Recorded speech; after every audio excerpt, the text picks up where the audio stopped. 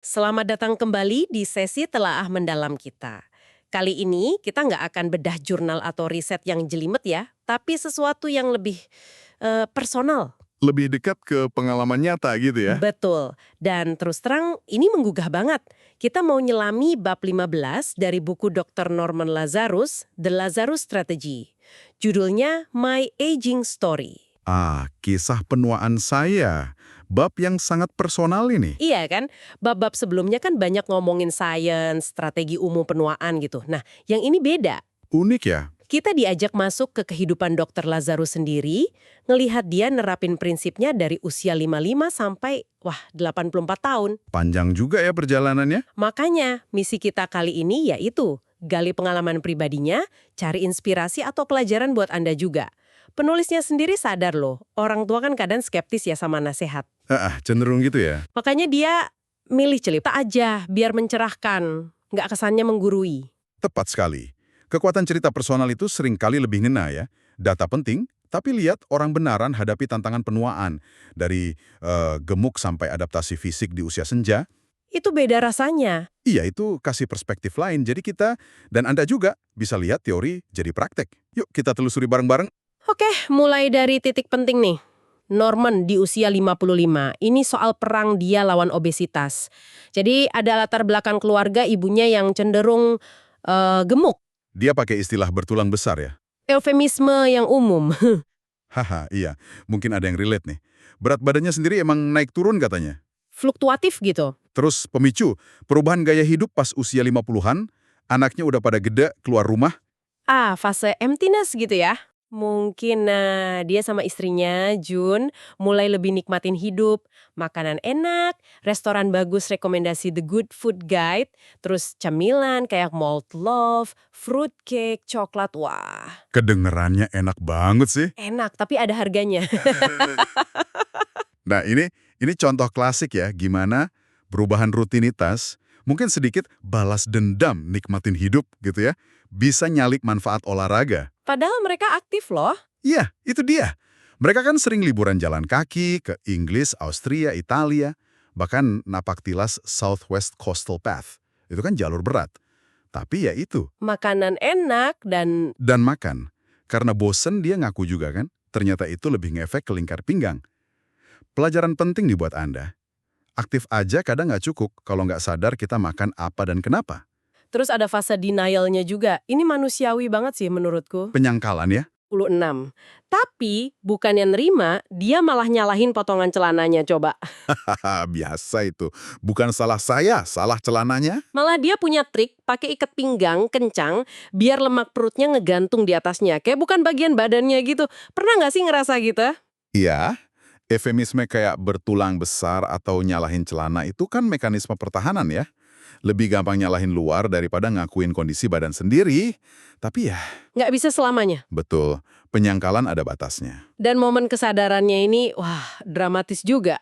Lagi liburan jalan kaki di Swiss, malam di hotel, mau makan sup. Sup ya. Pas dia angkat sendok, dia lihat pantulan perut yang buncit di sendok. Dia langsung, jijik gitu. Ngerasa kayak karikatur pria gendut yang sering dia ledek dalam hati. Wow. Momen yang kuat itu pasti. Seketika itu juga, dia lipat serbet, taruh sendoknya, udah. Itu titik baliknya. Tekadnya bulat, nggak mau gemuk lagi. Pernah punya momen klik kayak gitu nggak? Momen aha atau epifani, kayak gitu emang bisa jadi pemicu perubahan yang dahsyat ya. Walaupun seringnya didahului denial panjang, tapi kekuatan refleksi jujur yang tiba-tiba itu, Nggak main-main. ya. Pentingnya introspeksi itu di situ, sekecil apapun pemicunya. Terus gimana dia wujudin tekadnya? Nah, strateginya ini lumayan radikal sih. Usia 55, dia sendiri bilang ini nggak buat semua orang. Ambisius ya targetnya. Banget. Turun lebih dari 10 kilo dalam 10 minggu. Itu kan berarti sekilo lebih per minggu. Gila nggak? Wah, lumayan ekstrim. Dietnya gimana tuh? Spesifik banget dan ini bukan rekomendasi ya pendengar. Dia batasi cuma 700 sampai 800 kalori per hari. Rendah banget itu. Tapi dia pinter. Dia jaga asupan proteinnya tinggi, 150 gram. Dari buah, cottage cheese, sayur ijo, tomat timun. Katanya buat jaga otot. Oh, itu penting. Biar yang hilang lemak bukan ototnya metodenya. Disiplin ketat, catat semua makanan di buku harian, Hitung kalori cermat banget, uniknya dia nggak mau nimbang badan. Oh iya, kenapa tuh? Targetnya bukan angka di timbangan, tapi bisa muat lagi pakai celana pinggang 32 inci. Itu lebih visual ya, lebih personal targetnya. Iya kan? Menarik banget. Pendekatannya terukur dan personal banget ya. Target celana itu lebih konkret emang, dan jelas didorong motivasi kuat dari momen sendok sup tadi. Terus, fokus protein pas kalori rendah itu kunci, biar otot nggak bablas. Tapi ya itu, perlu digarisbawahi. Nggak bisa asal tiru. Iya, pendekatan se ekstrim ini idealnya perlu pemahaman atau pengawasan. Terus, gimana dia ngatasi laparnya dengan kalori segitu? Katanya dia anggap aja lapar itu bagian proses. Dia coba frame ulang rasa lapar itu jadi sinyal palsu. Maksudnya? Ya kan badannya masih banyak cadangan lemak, jadi sebenarnya nggak butuh makan. Gitu pikirnya. Nah, selain diet, dia mulai sepedaan statis di gym. Oh, ada olahraganya juga. Ada, tapi dikit. 20 menit 3 kali seminggu. Tapi tujuannya unik, bukan buat bakar kalori dietnya. Terus buat apa dong? Dia bilang sebagai perencanaan ke depan. Jadi dia nyiapin diri biar nanti bisa nikmatin sepedaan beneran pas sudah capek target berat badan. Wah, ini dia nih poin krusial yang sering kelewat.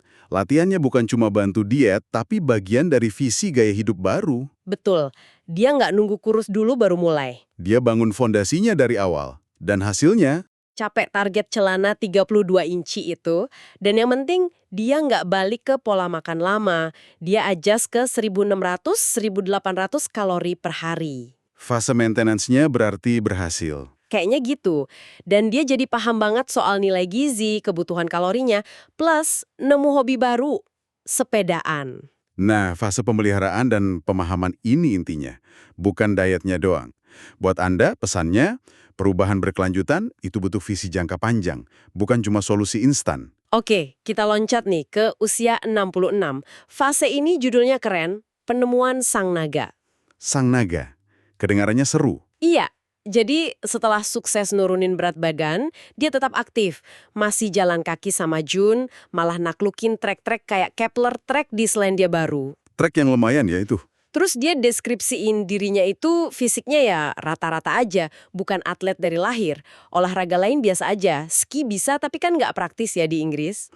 Ah, Nah balik ke supaya Nekas anaknya yang dia mulai coba pas usia 55 itu, awalnya cuma keliling kompleks aja udah ngos-ngosan. Tapi tapi apa? dia ngerasain sesuatu, kebebasan. Perasaan bebas itu ya, pemicu yang kuat berarti. Ini pelajaran bagus nih. Nggak usah terpaku sama apa yang harusnya kita jago, tapi cari apa yang bikin kita senang dan merasa klik. Bener banget. Dan progresnya di sepeda ini ternyata cepet loh. Mulai dari acara amal, terus nekat tur solo keliling Inggris, Irlandia, sampai dari ujung ke ujung Britania Raya. Land's End ke John O'Groats itu ya, jauh banget. Iya, dia sadar kekuatannya bukan di kecepatan, tapi di daya tahan, endurance. Cocok banget buat dia. Akhirnya dia gabung Audax UK. Klub sepeda jarak jauh itu kan ya, yang non-kompetitif. Betul, konsepnya menarik. Tantangannya bukan siapa cepat, tapi selesaikan jarak tertentu dalam batas waktu yang ada. Ada minimum, ada maksimumnya. Cewek cowok bareng, fokusnya eksplorasi dan tahan banting. Konsep Audax ini emang bagus ya. Buka pintu buat banyak orang merasakan pencapaian, tanpa harus kompetitif ngejah podium. Lebih ke ngalahin diri sendiri dan jaraknya. Nah, disinilah naga itu muncul. Pas acara Audax 300 kilo, start jam 2 pagi, kondisi fisik lagi nggak top. Tapi di tengah jalan, Kenapa? dia ngerasa nyatu banget sama sepeda bajanya. Tiba-tiba muncul keyakinan kuat dari dalam, bahwa dia bisa lewatin apa aja, bisa ngayuh terus selamanya. Dengan ritme konstan, dia ngerasa ada naga, kekuatan internal bangun dalam dirinya. Wow, metafora yang kuat banget. Hasilnya, usia 66 dia jadi juara veteran Audax UK, malah kelarin event 1.200 kilo sama 1.400 kilo. Gila. Padahal dia bilang fisiknya rata-rata. Itu dia, dengan kecepatan rata-rata. Keren banget kan? Keren banget. Metafora maga ini soal nemuin motivasi intrinsik yang dalam banget ya. Titik temu antara aktivitas, kepribadian, sama kemampuan badan. Buat Anda, pendengar, naga ini mungkin nggak muncul pas sepedaan ratusan kilo. Tapi pertanyaannya, Aktivitas apa ya? iya, aktivitas apa? Nulis, kebun, nari, belajar bahasa, apapun yang bisa bangkitin naga dalam diri Anda. Sesuatu yang bikin Anda merasa hidup, kuat, mampu ngelewatin batasan diri. Nemuin naga ini bisa jadi kunci penuaan yang bermakna loh. Tapi ya, nemuin dan melihara naga ini nggak selalu mulus. Usia 70, dia kena insiden nih pas sepedaan. Waduh, kenapa lagi? Bayangin, event 600 km di Devon, start jam 10 malam, kejadiannya jam 1 pagi. Hujan deras banget berjam-jam, gelap, jalur sempit, kelok-kelok, pandangan terbatas, udara dingin di lembah nusuk banget, jarinya kaku. Kayak pisang dingin katanya ya. Iya, nah pas nanjak, karena jarinya kaku dia salah oper gigi. Sepeda berhenti mendadak, bruk, jatuh ke genangan air dingin. Astaga, mana lagi hujan gitu? Parahnya, gear sepedanya bengkok. Reaksinya, marah banget. Dia lempar sepedanya, duduk di tengah hujan, sumpah serapah nggak mau sepedaan lagi. Putus asa total. Taunton masih 12 kilometer lagi. Ya ampun, titik terendah banget itu pasti. Fisik mental kena semua, wajar kalau mau nyerah. Kalau saya sih udah nangis kayaknya, minta jemput. Bisa jadi. Tapi ini ada plot twist. Tiba-tiba muncul taksi, abis nganter orang pesta bujang katanya. Sopirnya baik, mau nganter dia ke Taunton. Wah, pertolongan tak terduga. Di sana dia bisa ngangetin badan, nenangin diri, terus dia berhasil lurusin lagi gear sepedanya, cari makan, walau katanya nggak enak, tapi lumayan lah ngisi perut. Nah, di sini menariknya. Dia refleksi ya. Iya, dia mulai mikir kejadian tadi. Bukan bencana akhir dunia, tapi ya petualangan kecil aja, badai dalam cangkir teh. Pas fajar mulai kelihatan, coba tebak apa keputusannya. Jangan bilang dia lanjut. Dia lanjutin perjalanan 600 km itu. Luar biasa. Ini dia, resilience, ketahanan. Momen putus asa itu nyata, emosinya valid. Tapi kemampuannya bangkit, ngasih makna baru, badai cangkir teh, dan yang penting, mutusin buat lanjut, itu nunjukin mental kuat banget. Bener. Pelajaran buat kita semua. Kemunduran pasti ada. Bedanya di respons kita. Mau kejebak putus asa, atau cari cara bangkit, belajar, dan jalan terus. Masuk usia 72, fasenya dia sebut intimasi kematian. Kedengeran agak serem ya? Bukan soal ajal udah deket sih, tapi lebih ke pergeseran mental. Mulai muncul ragu sama diri sendiri pas hadapin rute sepeda yang susah. Dia mulai nanya, apa aku masih mau tantangan seberat ini? Jadi bukan cuma fisik ya? Justru dia tekanin ini tanda penuaan di level mental. Naganya mulai capek katanya. Komponen mental penuaan itu kuat banget. Kesadaran soal perubahan psikologis ini penting banget loh. Munculnya ragu, motivasi geser, itu bisa jadi bagian adaptasi yang realistis. Mungkin Anda juga ngerasain hal mirip. Ngakuin perubahan ini langkah awal buat navigasi, bukan malah dilawan mati-matian. Keluhan fisik juga mulai sering muncul. Lutut nyeri pas motong rumput, kram otot, nggak jelas sebabnya. Untungnya dia udah bisa bedain mana nyeri serius, mana yang ringan aja. Pengalaman ya? Fungsi indranya juga turun, penglihatan mulai kabur, dengar nada tinggi berkurang. Itu wajar sih ya di usia segitu. Terus secara emosi dan kognitif juga. Gampang kesel nonton berita, ngerasa informasi masuk lebih lambat, keseimbangan agak turun, jalan lebih pelan. Mulai sering skip halaman novel, nggak sabaran sama galau-galau orang muda. Mulai nggak relate ya? Pengennya kurangin kewajiban, banyakin seneng-seneng. Sampai gaya bajunya jadi lebih warna-warni. Ini potret penuaan yang jujur banget ya. Fisik, sensorik, kognitif, emosional, semua kena. Penting buat kita sadar. Penuaan itu holistik. Ngakuin semua spektrum perubahan ini bantu kita adaptasi lebih baik. Akhirnya, kita sampai di Norman usia 84. Fase ini ringkasannya menurun tapi tetap aktif. Masih aktif ya di usia 84. Hebat. Masih. Pola makan masih bagus. Tapi ya, semangat sepedaan emang turun. Nanjak udah berat banget, harus gigi paling enteng. Jadi lebih milih-milih cuaca, hindari dingin, rute juga hati-hati. Adaptasi ya. Dan ini poin penting, dia sadar penurunan kecepatan masa ototnya itu karena usia, bukan kurang latihan. Itu kesadaran penting. Menurutnya, ini kesalahan klasik lansia. Maksain latihan lebih keras buat lawan penurunan alami, padahal harusnya adaptasi cerdas. VO2 max-nya juga udah turun. Dia nerima penurunan ini. Gimana menurut Anda soal penerimaan ini? Itu kunci penuaan sukses di tahap lanjut. Adaptasi cerdas dan penerimaan aktif. Fokusnya bukan lagi ngejar rekor, tapi jaga fungsi, mandiri, dan kualitas hidup. Nerima penurunan itu bukan pasrah total, tapi nyesuaiin strategi biar tetap bisa aktif dan nikmatin hidup sesuai kondisi. Kalau dilawan terus malah capek sendiri kan? Rutinitas gym musim dingin tetap jalan, walau dia ngaku nggak suka nge-gym. Hah, jujur dia fokusnya apa di gym? Jelas banget, latihan ketahanan, resistance training. Udah nggak angkat berat-berat, tapi repetisinya yang dijaga. Misalnya, maksimal 35 kilo buat badan, 10 kilo per lengan buat bicep curl. Kenapa itu penting banget? Dia tekanin buat otot penegak tubuh punggung, perut, biar nggak gampang jatuh dan postur nggak bungkuk. Dua masalah besar lansia kan itu. Latihan beban di umur 80-an krusial ya ternyata. Krusial banget. Di usia senja, latihan ketahanan itu bukan soal pamer otot lagi. Tujuannya fungsional banget, biar kuat ngelakuin aktivitas harian, jaga keseimbangan, cegah sarkopenia, kurangin resiko jatuh. Fokus repetisi juga adaptasi cerdas.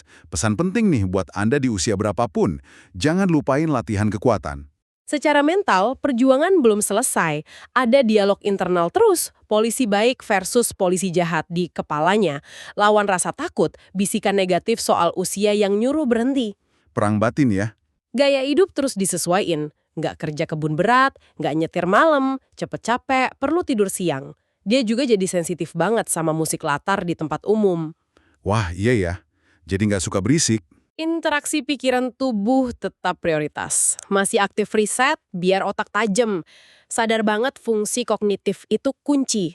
Tapi ada khawatir baru. Khawatir apa?